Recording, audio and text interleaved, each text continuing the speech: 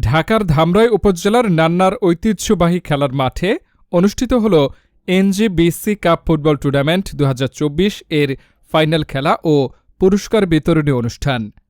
শুক্রবার বিকেলে হাজার হাজার দর্শকের উপস্থিতিতে জমকালো পরিবেশে অনুষ্ঠিত এই ফাইনাল ম্যাচে অংশগ্রহণ করেন গাজীরচট ফুটবল একাডেমি আশুলিয়া এবং জামগড়া ফুটবল একাদশ আশুলিয়া।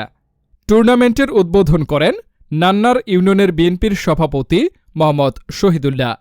এই সময় উপস্থিত ছিলেন ধামরাই উপজেলা বিএনপির যুগ্ম সাধারণ সম্পাদক ও ঢাকা জেলা বিএনপির নেতা আলহাজ শামসুল ইসলাম এবং নান্নার গ্রিন বয়েজ ক্লাবের সভাপতি হাবিবুর রহমান হাবিব।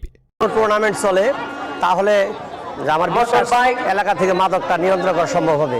এই প্রেক্ষিতে আজকে আমাদের নান্নার গ্রিন বয়েজ ক্লাবের উদ্যোগে ২০২৪ ফুটবল টুর্নামেন্টে